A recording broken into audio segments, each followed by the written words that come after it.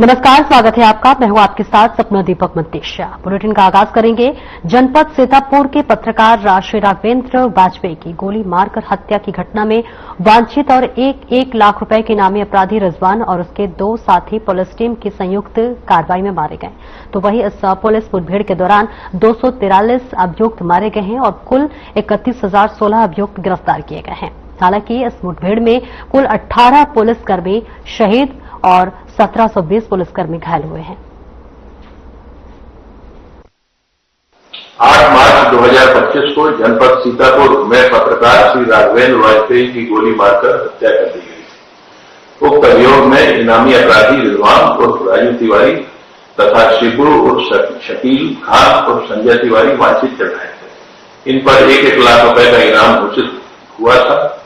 इस संबंध में अधिसूचना संकलन करने हेतु एसटीएफ की टीमों को भी निर्देशित किया गया था। दिनांक 7 अगस्त को उक्त अपराधियों के बारे में सटीक सूचना पर एसटीएफ व सीतापुर पुलिस टीम द्वारा तत्काल प्रतिक्रिया करते हुए ग्राम दूल्हापुर तिराहा जनपद सीतापुर में उक्त अपराधियों को इंटरसेप्ट किया गया।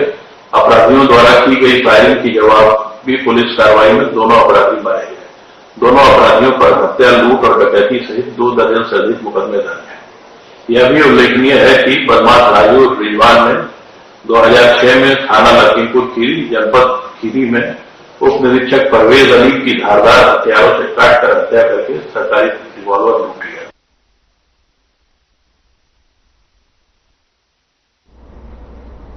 महिलाओं के प्रति बढ़ रहे अपराध को लेकर एडवोकेट दिव्या मिश्रा के साथ खास बातचीत की गई। इस दौरान उन्होंने क्या कुछ कहा, आइए आपको सुनवाते हैं। नमस्कार, मैं हूं आपके साथ सूर्या चौहान और आज हमारे साथ खास मेहमान जुड़ चुके हैं दिव्या मिश्रा, जो एडवोकेट हैं। महिलाओं के प्रति उनकी काफी रुचि है, जो लगातार महिलाओं के प्रति जो अपराध बढ़ रहे हैं या फिर जो महिलाएं अपराध कर रही हैं, इसी के बारे में आज उनसे खास बातचीत करेंगे। तो दिव्या मिश्रा जी, पहले तो आपका स्वागत है। धन्यवाद। तो मैम, लगातार जो महिलाओं के प्रति अपराध बढ़ रहे हैं, तो जैसा कि महिलाएं भी अपराध कर रही है, तो इससे रिलेटेड क्या कुछ आप कहना चाहेंगे? क्योंकि आजकल कई ऐसे मुद्दे हैं, मुस्कान का मुद्दा हो गया, सोनम मिश्रा का मुद्दा, कई ऐसे मुद्दे हैं जिस पर लगातार महिलाएं अब चर्चा में आ रही हैं, तो उस पर क्या कुछ कहना है आपका? देखिए, समय चीजें ऐसी होती है ना कि जब कानून में परिवर्तन होता है तो कानून के परिवर्तन के साथ साथ समाज पे भी उसका इम्पैक्ट आता है। जब सुप्रीम कोर्ट ने अडल्ट्री को एज एन ऑफेंस हटा दिया, तो वो दिन था और आज का दिन है, करीब 10-12 साल में महिलाओं के लिए ये ऑप्शन कि ठीक है, आपकी शादी में थर्ड पार्टी का इन्वॉल्वमेंट इज ओके। जब अडल्ट्री एज एन ऑफेंस नहीं है तो अपराधीकरण स्वाभाविक है, क्योंकि एक अपराध जिसको हम हटा रहे हैं, उसके बाद हस्बैंड हो, एक थर्ड पार्टी हो या वाइफ हो, जब तीसरी पार्टी का जब इन्वॉल्वमेंट हो रहा है तो कहीं ना कहीं वो चीजें अपराध की तरफ जा रही हैं, क्योंकि आप एट अ टाइम 2 या 3 लोग लेके नहीं चलोगे, आप किसी एक को तो रास्ते से हटाओगे। चाहे मुस्कान है, चाहे सोनम का मैटर है, सब में एक थर्ड पार्टी इन्वॉल्वमेंट था। वो थर्ड पार्टी जिसकी वजह से हस्बैंड का मर्डर किया गया। तो महिलाओं का जो सो कॉल्ड आजकल मुक्ति मोर्चा बोला जाए, या महिलाओं का जो अपराधीकरण किया जा रहा है, वो बेसिक जो हमारा लॉ है उसकी मेरी राय में ये है कि जो अडल्ट्री को हटाया गया है, उसकी वजह से जो हम वेस्टर्नाइजेशन की तरफ जा रहे हैं, हम मॉडर्न नहीं हो रहे हैं, वेस्टर्न कल्चर अडॉप्ट कर रहे हैं और हम इन चीजों में अपने पतियों की हत्या या इस टाइप की चीजें कर रहे हैं। बिल्कुल मैम, देखो, ये तो बात हो गई कि महिलाएं जो अपराध कर रही हैं, लेकिन लगातार ये बातें सुनने में आती थी कि महिलाओं के प्रति अपराध बढ़ रहा है, लेकिन कहीं ना कहीं अब महिलाओं की भी भागीदारी बढ़ रही है। तो ऐसे में महिलाओं के प्रति जो अपराध बढ़ रहा है, उसको क्या लगता है कि कानून व्यवस्था किस तरह से कदम उठा रही है? क्या कुछ खास जो कदम उठाए जा रहे हैं, तो उसके बारे में आप विस्तार से बताइए। देखिए, महिलाओं के प्रति जितने अपराध किए जा रहे थे, उनके लिए बहुत से सहायता प्रकोष्ठ बनाए गए, बहुत सी एनजीओज वर्क कर रही हैं, सरकारी भी योजनाएं बहुत सारी हैं, पुलिस विभाग है, कोर्ट है, सब कुछ है, जहां पे हम अगर हमारे साथ कुछ भी गलत हो रहा है, हम उसकी रिड्रेसल के लिए जा रहे हैं, तो हमें प्रॉपर रिलीफ मिल रहा है। बस क्योंकि जनसंख्या बहुत ज्यादा है, कहीं ना कहीं लोगों का जो सोशल मीडिया का एक एडिक्शन है, उसकी वजह से लोगों को हर चीज बहुत इजी लग रही है। लोग कहीं ना कहीं एक वो रील की दुनिया में जीना चाह रहे हैं। जब आप रील की दुनिया में जी रहे हो तो आप जो जीवन शैली है, बेसिकली जो आपके अंदर एक स्पिरिचुअलिटी होनी चाहिए, जो आपके अंदर बुद्धि और विवेक होना चाहिए, उसका अभाव है। हम एक ऐसे फास्ट पेस दुनिया में चल रहे हैं कि जहां हमें सब कुछ चाहिए और सब कुछ की जो लोभ है ना, उस सब कुछ के लोभ में आप अपराध को भी कहीं गलत नहीं समझ रहे हैं। और महिलाओं के प्रति भी जो अपराध हो रहे हैं, महिलाएं भी आज के समय में जिस तरह समाज में जो एक अप्रोच लेके चल रही हैं कि उन्हें भी कुछ मौलिक ऐसा नहीं लग रहा है कि नहीं हमें मॉरली क्या सही करना है, क्या गलत करना है, तो आप अपने प्रति होने वाले अपराधों के लिए कहीं ना कहीं स्वयं भी जिम्मेदार होती हैं। जी। तो मैम, आप अपने अनुभव के हिसाब से आप महिलाओं को और हमारे दर्शकों को क्या कुछ संदेश देना चाहती हैं? अपने अनुभव से मुझे ऐसा लगता है ना कि हर बच्चा इररेस्पेक्टिव ऑफ जेंडर, उसको इतना पता होना चाहिए कि मैं एक जेंडर से नहीं जाना चाहूंगा, मैं महिला हूं इसलिए नहीं जानी जाऊंगी, मैं पुरुष हूं इसलिए नहीं जाना चाहूंगा। मेरा जो भी आइडेंटिटी है वो मेरे काम की वजह से होना चाहिए। मेरी जो आइडेंटिटी है वो आइडेंटिटी उस अचीवमेंट से होनी चाहिए जो मैंने प्राप्त की है, जिसके लिए मैंने हार्डवर्क किया है। मुझे जेंडर कि मैं लड़की हूं तो मुझे कोई प्रिविलेज्ड पोजीशन मिलेगी, या मैं लड़का हूं तो मैं सुपीरियर हूं, इस अप्रोच से बाहर निकलना होगा। और कुछ संदेश महिलाओं के लिए जो आजकल महिलाएं अपराध कर रही हैं, उनको क्या संदेश देना चाहिए? जो महिलाएं अपराध कर रही हैं उनके लिए तो मेरा यही संदेश है कि महिलाओं के अंदर ममता, मोह, माया, ये चीजें बहुत आवश्यक है। महिलाओं के अंदर अगर दया का भाव खत्म हो जाएगा, हम भी अगर अपराध करने लगेंगे, तो फिर हम एक बेहतर समाज बनाएंगे कैसे? हम अपने परिवार को, हम अपने बच्चों को वही सिखा सकते हैं जो हमारे अंदर है। तो थोड़ी अपने अंदर कहीं ना कहीं मॉरली हाई स्टैंडर्ड्स को डेवलप करते हुए अपनी फैमिली पे ध्यान दीजिए, अपने चारों तरफ के एनवायरमेंट पे ध्यान दीजिए, अपराधों से दूर रहिए। जी। तो आपने देखा कि काफी गंभीर मुद्दे हैं जिनको लेकर आज मैम ने बात की है। तो ऐसे में महिलाएं के प्रति लगातार अपराध तो बढ़ ही रहा है, लेकिन अब महिलाओं की भागीदारी भी लगातार अपराधों में बढ़ रही है। तो सोनम और साथ ही मुस्कान जैसे केस आप सबसे छिपे नहीं है। तो इसी के लिए मैम, जैसे मैम ने बताया कि महिलाओं में मोह जो होती है वो धीरे धीरे कम हो रही है, दिखावा ज्यादा हो रहा है। तो इस पर मैम ने जो है वो खास बातचीत की है। मैम, आपका धन्यवाद।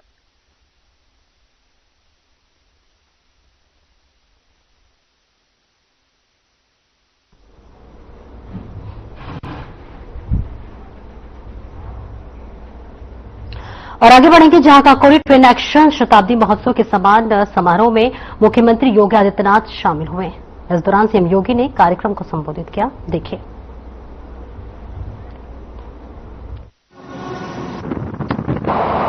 काकोरी ट्रेन एक्शन शताब्दी समारोह का समारोह है। ठीक 100 वर्ष पहले 9 अगस्त 1925 को इसी स्तर पर उस समय के महान क्रांतिकारियों ने भारत के जिस खजाने को निलाम करके यहां की जनता के खून पसीने की कमाई को ब्रिटिश हुकूमत इंग्लैंड ले जाने का पश्चिम प्रयास कर रही थी, उसे देश के और महान क्रांतिकारियों ने इस ट्रेन एक्शन की घटना के माध्यम से अपने कब्जे में लेकर के क्रांतिकारी गतिविधियों को आगे बढ़ाने का काम किया था। मुख्य रूप से इस पूरे अभियान को नेतृत्व प्रदान करने वाले पंडित राम प्रसाद बिस्मिल, अस्फाउल्लाह खां, ठाकुर रोशन सिंह, चंद्रशेखर आजाद, राजेंद्र नाथ लाड़ी और एक लंबी श्रृंखला उन क्रांतिकारियों की थी जिन क्रांतिकारियों को अलग अलग जेलों में बंद करके बिना सुनवाई के ही ब्रिटिश हुकूमत ने फांसी के फंदे पर पहुंचाने का काम किया था। पंडित राम प्रसाद बिस्मिल को गोरखपुर की जेल में रखा गया, उन्हें वहीं फांसी दी गई। किसी क्रांतिकारी को गोंडा की जेल में, किसी को फैजाबाद की जेल में, किसी को नैनी की जेल में, और चंद्रशेखर आजाद ब्रिटिश हुकूमत के हाथ में नहीं पड़े, बल्कि इन्होंने मुकाबला करते हुए स्वयं वीर गति को प्राप्त की। आज शताब्दी महोत्सव उन महान क्रांतिकारियों के स्मरण का एक महान दिवस है। हमारी वर्तमान पीढ़ी के लिए एक नई प्रेरणा है। याद करिए, ब्रिटिश हुकूमत के जिस खजाने को 10 एक्शन की घटना के माध्यम से अपने कब्जे में उन क्रांतिकारियों ने ली थी, वह था मात्र 4,600 रुपया, 4600 रुपया। और ब्रिटिश हुकूमत ने इन क्रांतिकारियों को पकड़ने के लिए बिना सुनवाई के उनको फांसी देने में जो पैसा खर्च किया था, वह था उस समय 10 लाख रुपए से अधिक।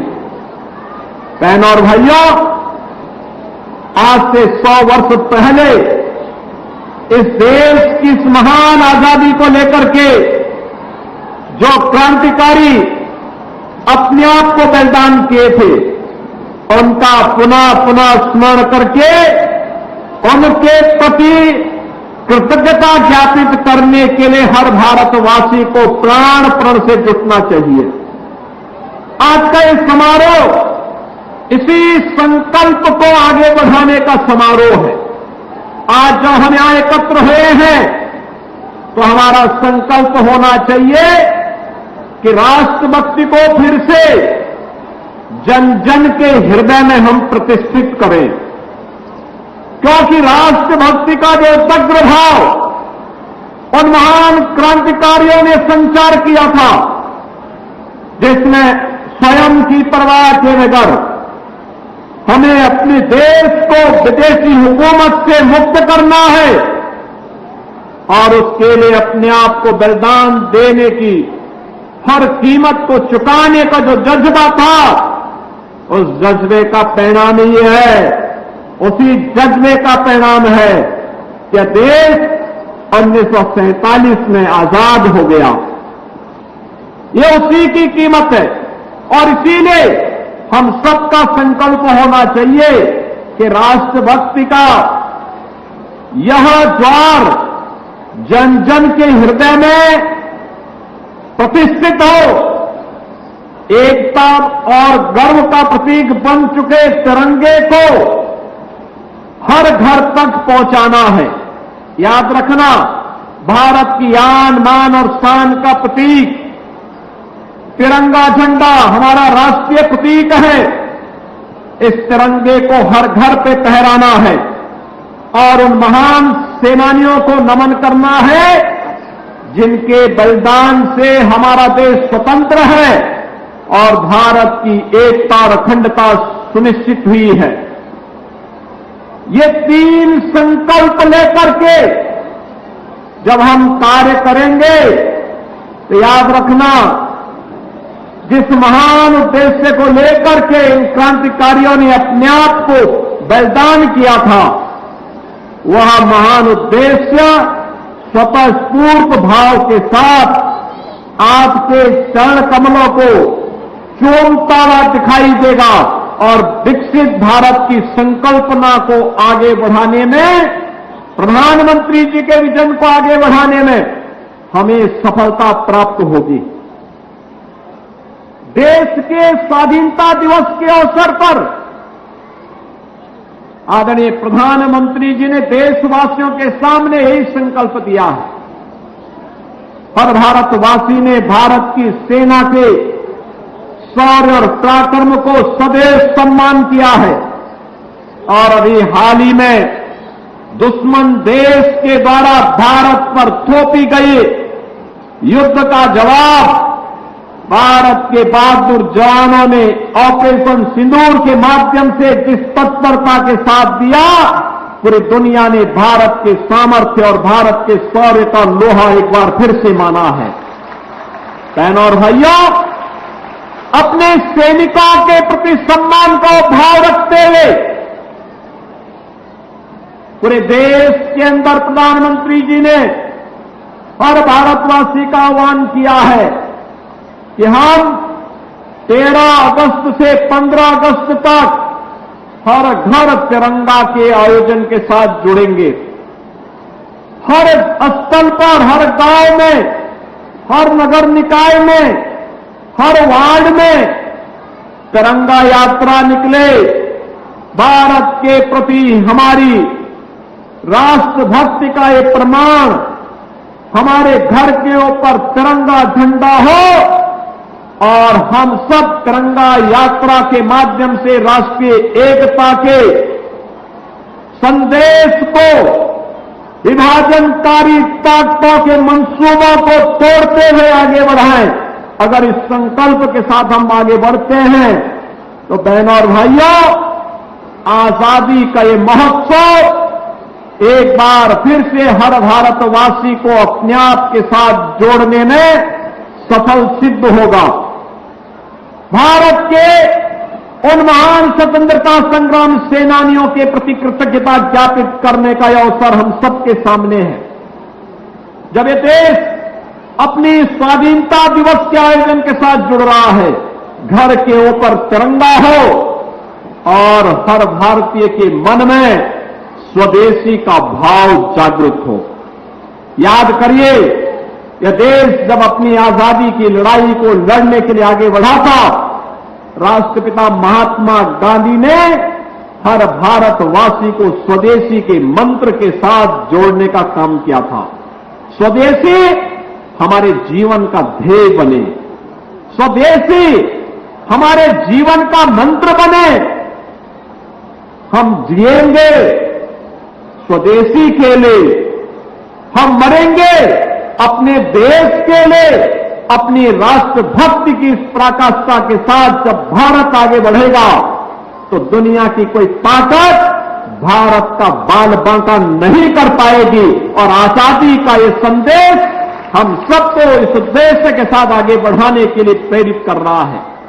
बार बार मैं आपका आह्वान करूंगा, बहनों और भाइयों, जब हम कोई स्वदेशी वस्तु खरीदते हैं, पर्व और त्योहारों की परंपरा प्रारंभ हो रही है और पर्व और त्योहारों की इस परंपरा में हम स्वदेशी वस्तु खरीदते हैं तो हमारे हस्तशिल्पी और कारीगर काम पाते हैं।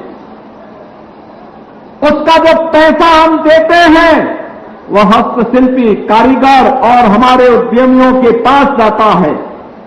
जो उनके पास जाएगा वह देश के विकास में ही खर्च होगा, वह देश के विकास में खर्च होगा, देश के उत्थान में खर्च होगा, देश की समृद्धि में ही वह पैसा लगेगा।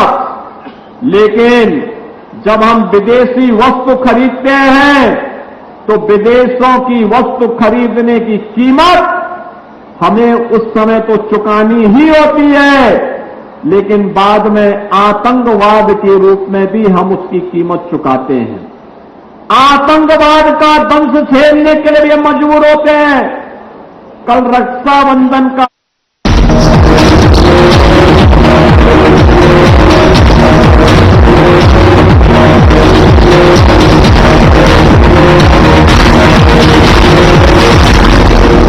लोग सेहत बनाने के लिए क्या क्या नहीं करते, जिम जाते हैं, कसरत करते हैं, काजू बादाम प्रोटीन के डिब्बे तक घोल घोल कर पीते हैं, फिर भी उनकी सेहत नहीं बनती क्योंकि उनका पाचन तंत्र खराब है।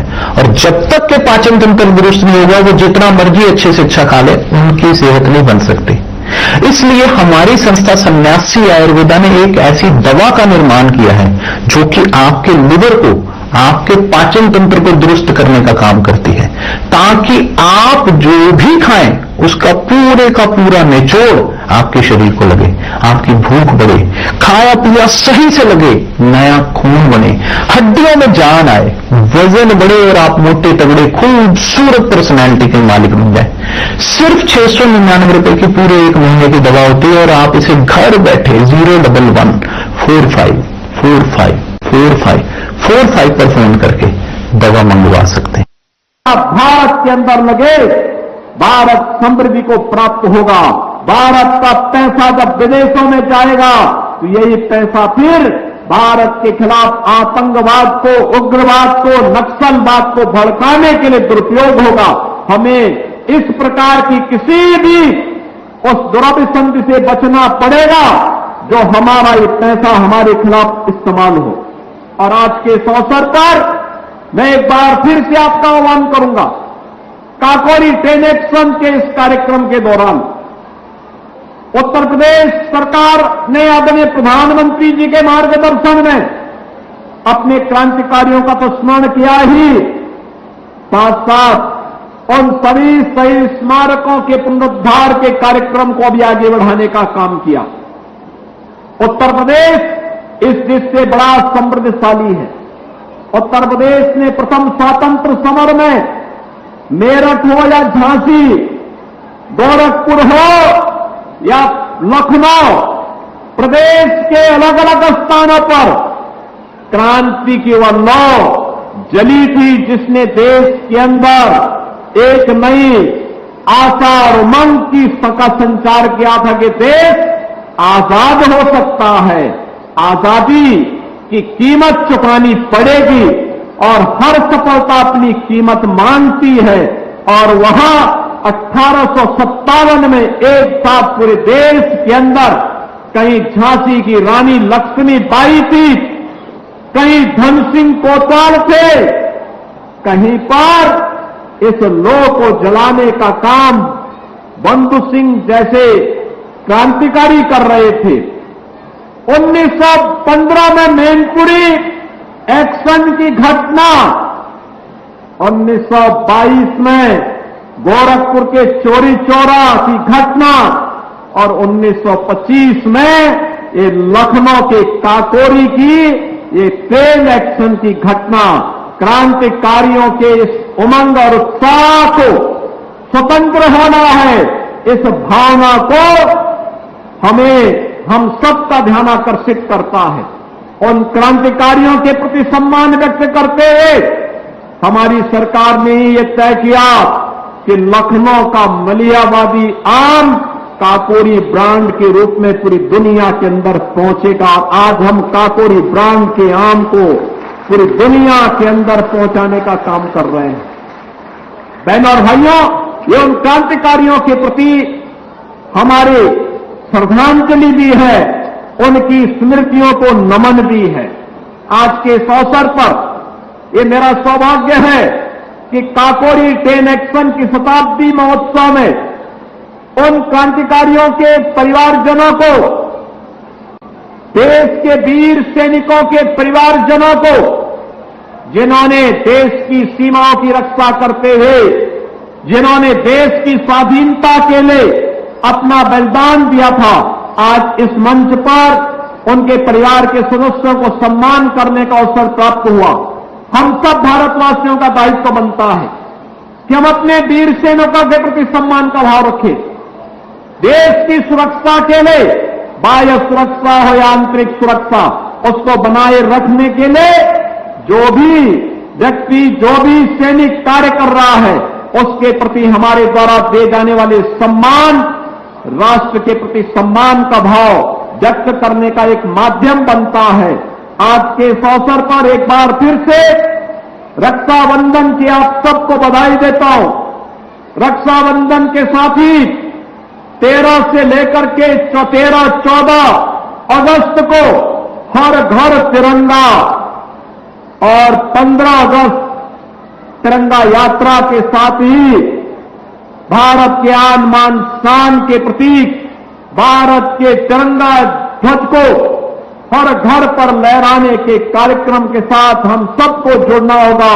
इस विश्वास के साथ मैं एक बार फिर से काकोरी 10 एक्शन के सभी महान क्रांतिकारियों के प्रति विनम्र श्रद्धांजलि अर्पित करते हुए, उनकी स्मृतियों को नमन करते हुए अपनी वाणी को विराम देता हूं। धन्यवाद। जय हिंद। तो आप सुन रहे थे मुख्यमंत्री योगी आदित्यनाथ को। फिलहाल इस बुलेटिन में इतना ही। नमस्कार।